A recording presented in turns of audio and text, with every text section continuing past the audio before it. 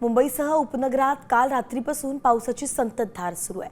सध्या तरी मुंबईतील उपनगरीय सेवा सुरळीत आहे। मुंबईतील तिन्ही मार्गांवरील लोकल सेवा सुरळीत आहे। रस्ते वाहतूक सुद्धा सुरळीत आहे, तर वेस्टर्न एक्सप्रेस हायवेवरती वाहतूक सुरळीत आहे। दृश्य आपण पाहतोय, अजून तरी पावसाचा फटका जो आहे तो वाहतुकीला बसलेला नाहीये।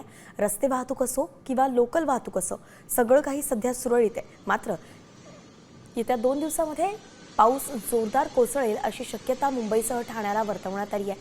म्हणून सगळ्यांचं लक्ष लागलंय की यामुळे रेल्वे सेवा, वाहतूक सेवा ही ठप्प होऊ नये, त्याला कुठलाही फटका बसू नये।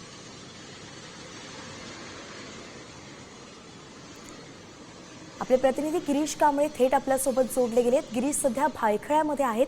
गिरीश, सध्या तिथे पावसाची काय परिस्थिती आहे?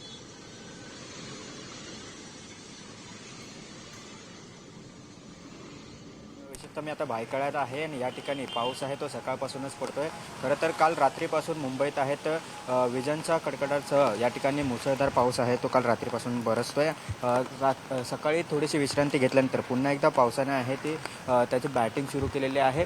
सद्यस्थितीत थोडा विश्रांती घेत पाऊस सध्या पडत आहे। मात्र पाऊस ज्या पद्धतीने हवामान खात्याने अंदाज वर्तवलेला आहे की येत्या 48 तासात पुढील 2 दिवसात मुसळधार अतिमुसळधार पाऊस पडू शकतो, अशा पद्धतीचा अंदाज आहे तो व्यक्त करण्यात आलेला आहे। आणि कालपासूनच जे विश्रांती घेतलेली होती पावसाने, ते पाऊस आता पुन्हा एकदा सुरू झालेला आहे। पाऊस सकाळपासूनच या ठिकाणी विशेषतः जोरदार आणि विजांच्या गडगडांसह या ठिकाणी मुसळधार पाऊस पडतो आहे। पहाटे थोडीशी विश्रांती घेतल्यानंतर पुन्हा एकदा सध्या पाऊस आहे तो सुरू आहे। दक्षिण मुंबईत सगळीकडेच या ठिकाणी जोरदार पाऊस आहे तो काल रात्रीपासूनच सुरू झालेला आहे।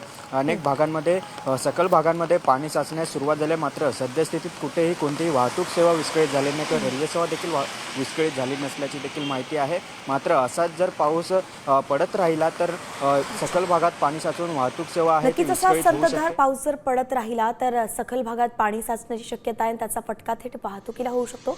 तुर्तास तरी वाहतूक सेवा सुरळीत आहे। धन्यवाद गिरीश, अगदी सविस्तर अपडेट आपण दिली आहे। आपल्याकडून वेळोवेळी अपडेट घेत राहा।